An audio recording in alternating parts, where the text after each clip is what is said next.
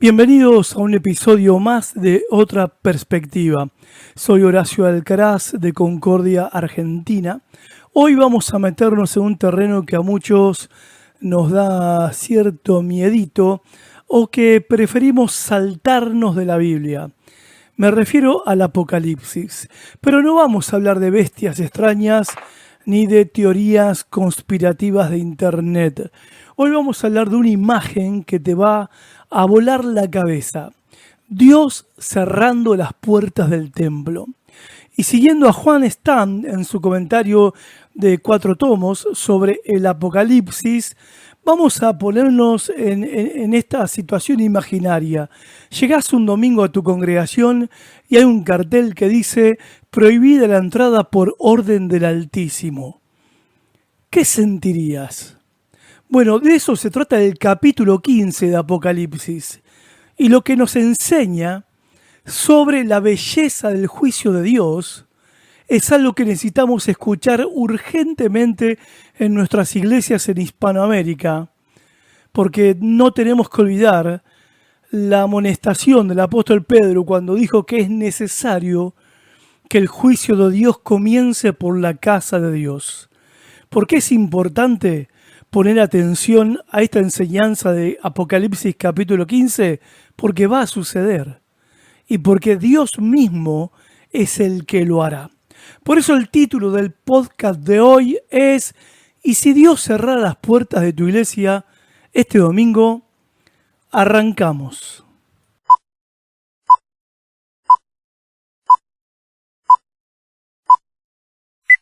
Miren, el texto nos dice que se abrió el cielo, el templo del tabernáculo del testimonio.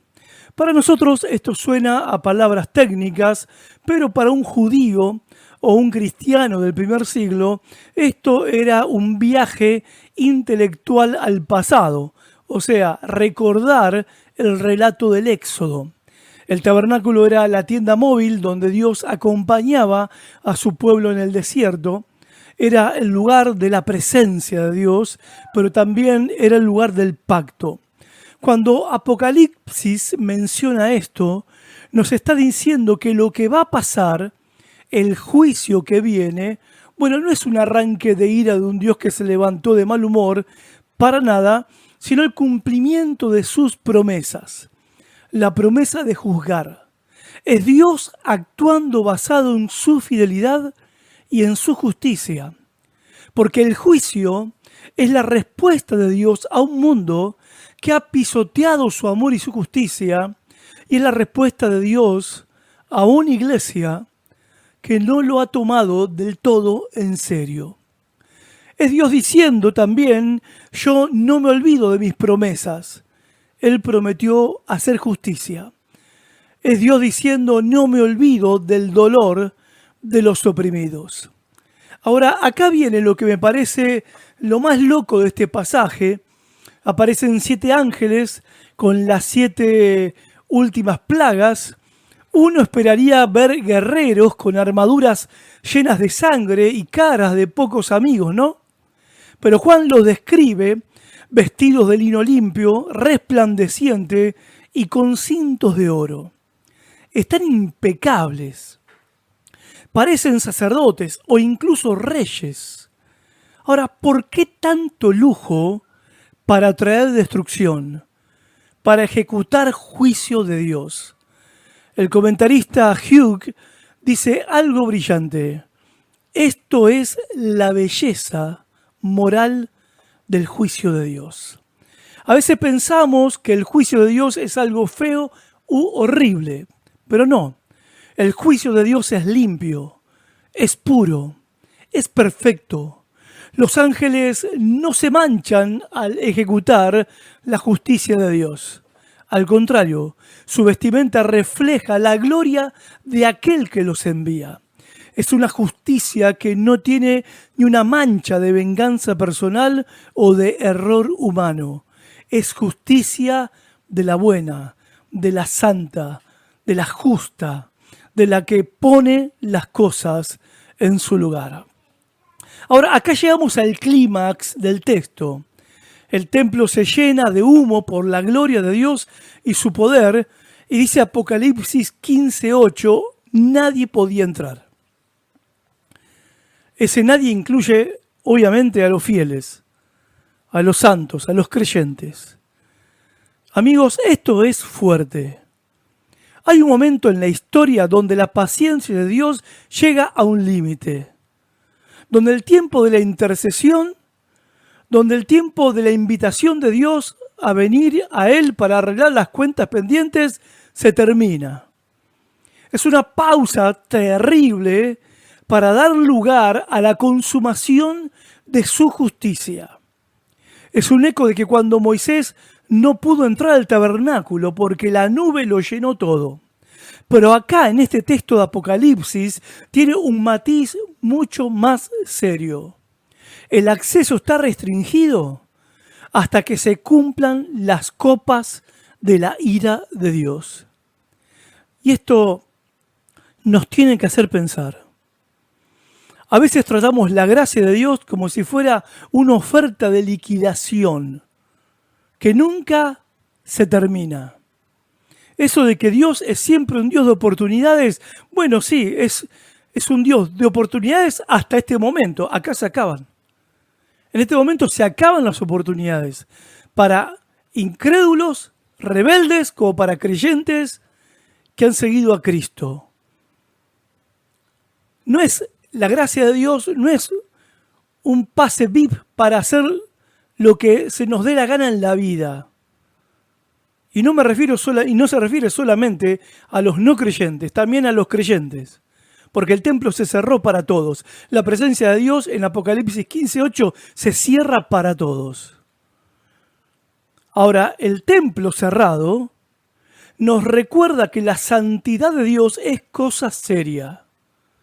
Su presencia no es un show espiritual para nuestro entretenimiento en un auditorio con las luces apagadas y pantallas gigantes pasando imágenes de colores que van y vienen. Y acá es donde se nos pone las cosas de color hormiga para nosotros en Hispanoamérica. Porque el texto nos recuerda las quejas de los profetas antiguos como Isaías, como Jeremías o como Amós. Dios le decía a su pueblo, porque seguramente estás luchando con esto, si me estás escuchando todavía, estás luchando con esta idea de que los creyentes no pueden participar de la presencia de Dios, que a los creyentes también, como dice Apocalipsis 5:8, se les va a restringir el acceso al templo de la presencia de Dios, al lugar del pacto. Jamás pensaste que eso podría ocurrir, porque puedes entrar al templo de tu congregación todos los domingos cuando se te da la gana. Pero hubo un momento en la historia donde Dios le dijo a su pueblo Israel, estoy harto de sus cultos. Isaías capítulo 1. Estoy harto de sus cultos, de sus lunas nuevas, de sus ayunos, de sus canciones, me dan asco. Esas lunas nuevas eran la fiesta, los ayunos eran la fiesta de ellos, lo que vendrían a ser hoy nuestras conferencias, nuestras convenciones, nuestros congresos y nuestros recitales de música cristiana. Me dan asco, le dijo Dios. ¿Por qué? Porque mientras cantan aleluya y saltan como langostas y aplauden como focas en el templo, afuera del templo están oprimiendo al huérfano, a la viuda, al extranjero y al inmigrante.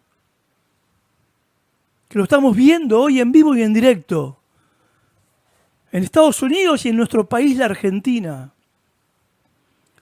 O sea, quizás estabas pensando que el acceso estaba restringido porque no le llevaste tu diezmo o la ofrenda del pacto a tu pastor. No, no es por eso. Y no va a ser nunca por eso. A tu pastor no le va a hacer mal adelgazar un par de kilos si le entra un diezmo menos. Dios está reprendiendo a su pueblo porque mientras saltan, cantan, celebran y se gozan, se caen, se levantan y se llenan del gozo, afuera oprimen al huérfano, a los discapacitados, a las viudas, a los extranjeros y a los inmigrantes, en el mundo que nos rodea, en nuestra sociedad. Ojo con esto. Porque si el culto que hoy le estamos dando a Dios en nuestros templos, en nuestros auditorios, como nos gusta decir ahora, como si eso significara algo, si nuestros cultos no producen justicia social, si nuestra espiritualidad light, que no te llega de un domingo a otro, no te lleva a amar más al prójimo y a vivir con integridad delante de Dios y delante de tu familia, y de tus vecinos, y de tu compañero de trabajo y de estudio, nuestro culto es una blasfemia, no importa cuánto transpiremos saltando, no importa cuántas horas estemos, entre comillas, en la presencia de Dios, no importa. ¿Vos te imaginás que Dios nos diga hoy, no quiero que entres a mi templo, porque tenés tus manos llenas de codicia y de avaricia, porque lo único que querés es prosperidad? No, no quiero que entres más a mi templo, porque tu corazón está lleno de egoísmo, es todo bendíceme, ayúdame, rescátame, prospérame, sáname. Y el autor del comentario Apocalipsis, Juan Stam, lo dice claro: a veces es mejor no acercarnos a Dios si no estamos dispuestos a que Él nos examine y nos transforme. Y transformación no es solamente dejar de drogarse, porque eso hasta un impío lo puede hacer.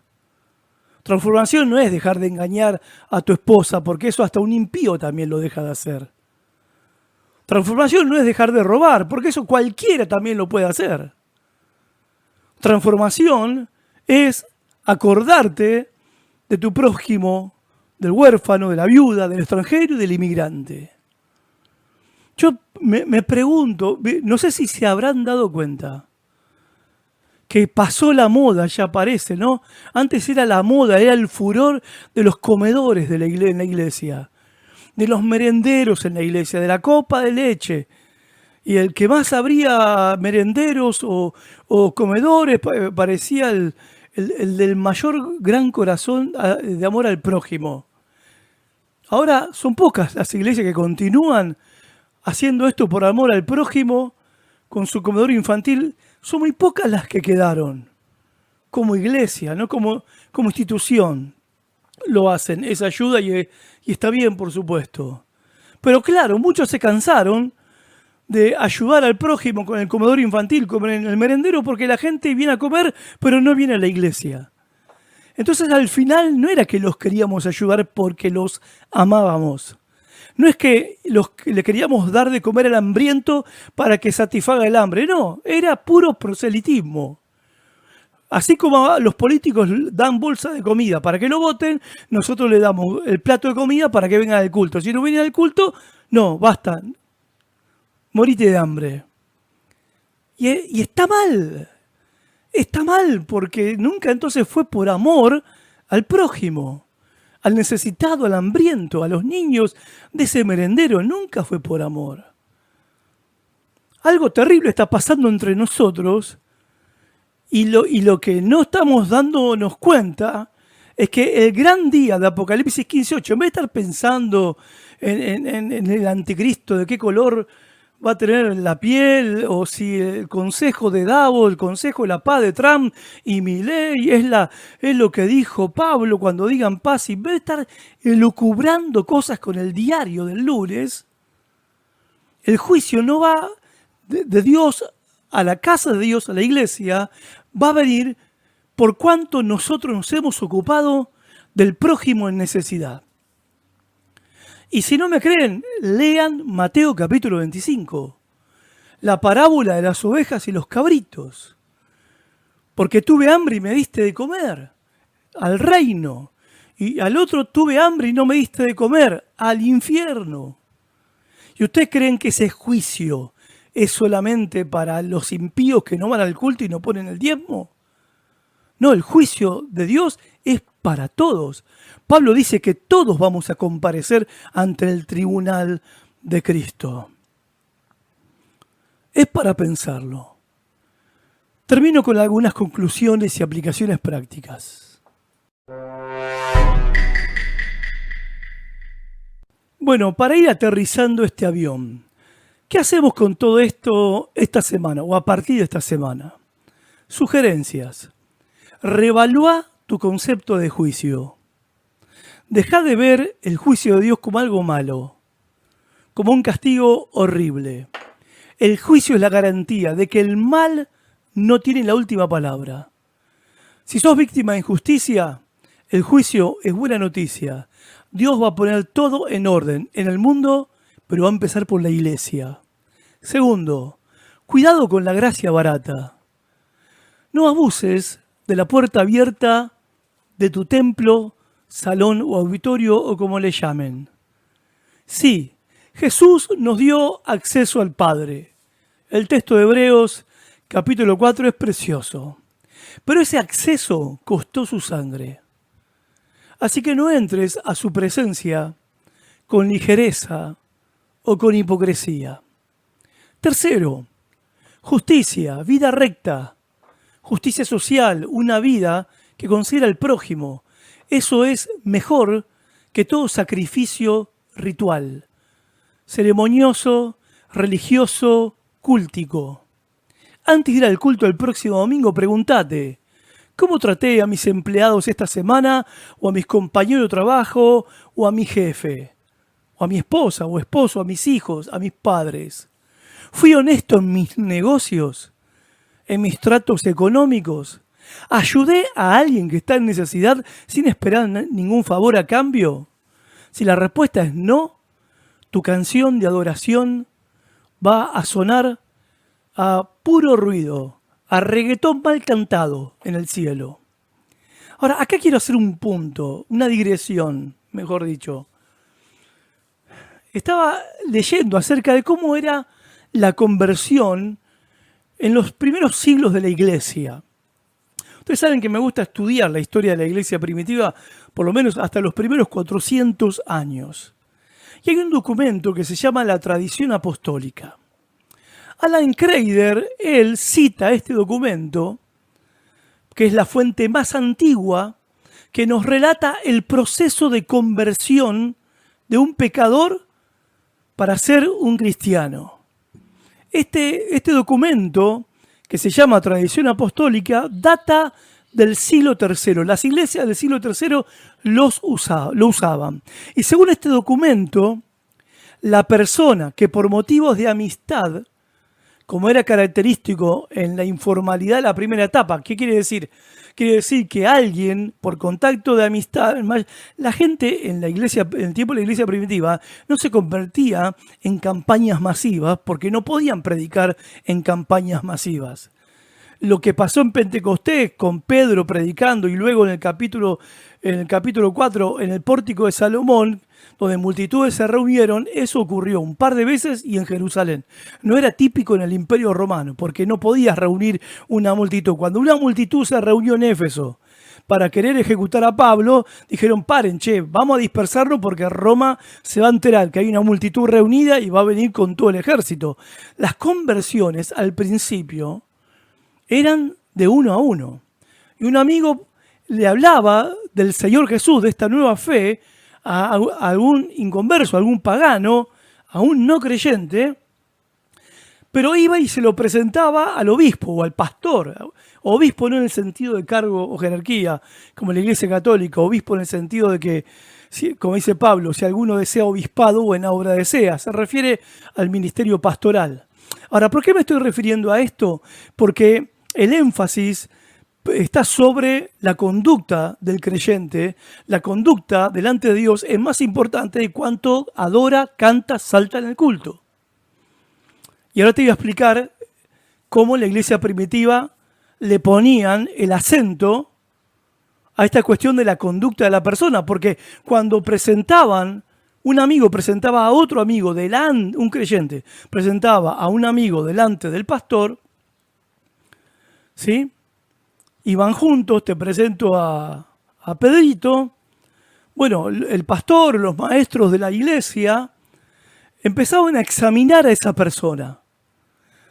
Había un escrutinio para poder pasar a la próxima etapa. La primera etapa era que a través de algunos maestros de la iglesia les enseñaban una especie, ni siquiera de ABC, de jardín infantes de la fe, para poder pasar a la segunda etapa, donde los maestros que no lo recibían con los brazos abiertos a los candidatos a creyentes en potencia, sino que el interés esencial de los discipuladores, a mí me sorprendió esto, era determinar si estos candidatos, si este amigo de este hermano, era de verdad capaz de oír la palabra. Las preguntas que se hacían eran estas: ¿viven de tal manera que les permite entender las enseñanzas de la iglesia? ¿Cuál era el estado matrimonial de este candidato? Si los candidatos a nuevos creyentes eran esclavos, ¿qué opinaban sus amos de ellos? ¿Tenían los candidatos alguna profesión que les exija alguna conducta que la iglesia rechazaba? Por ejemplo, el candidato trabajaba en el templo idólatra haciendo la limpieza de los sacrificios, por ejemplo. O era soldado y tenía que matar, o este candidato practicaba el culto de promiscuidad sexual a la diosa Isis. Esto que nos puede parecer hoy excesivamente severo y hasta legalista e incluso perverso, porque eso parece, la cuestión era esta: ¿cómo podía la comunidad desinteresarse de miembros en potencia? O sea, esa es la pregunta que haríamos nosotros. ¿Cómo podía la iglesia de ese tiempo desinteresarse de estos posibles miembros nuevos de la iglesia porque no vivían conforme a las normas de la iglesia, si todavía ni siquiera habían recibido enseñanza para poder cambiar de vida? Escuchen esto: los discipuladores cristianos de ese tiempo estaban procurando no llenar la casa donde se reunían, porque no había templo, obviamente. No querían llenar la casa, no querían llenar un salón, un auditorio, un templo. No querían simplemente impartir conocimiento y revelaciones o la última palabra profética. No, ellos estaban cultivando comunidades cuyos valores, o mejor dicho, principios bíblicos, fueran marcadamente diferentes a los de la sociedad convencional. Ellos estaban cultivando comunidades, o sea, iglesias pequeñas, que se reúnen en casas, que sean comunidades que vivan de una vida alternativa y totalmente diferente a la sociedad que los rodeaba. Cuando los candidatos a nuevos creyentes, a nuevos miembros, y los amigos creyentes que lo habían traído para que el pastor y los maestros lo conocieran y lo discipularan, cuando ya estaban de acuerdo de que ya estaba viviendo como cristiano, todavía no era miembro de la iglesia, pero ya está viviendo como cristiano, entonces se presentaba a este nuevo a los líderes de la comunidad para pasar otro escrutinio que en esa ocasión tenía que ver con la conducta y el estilo de vida. Y saben, estoy leyendo Tradición Apostólica en la página 20. ¿Saben cuál era la pregunta que se hacían los hermanos de la iglesia acerca de este nuevo candidato para posible miembro de la iglesia?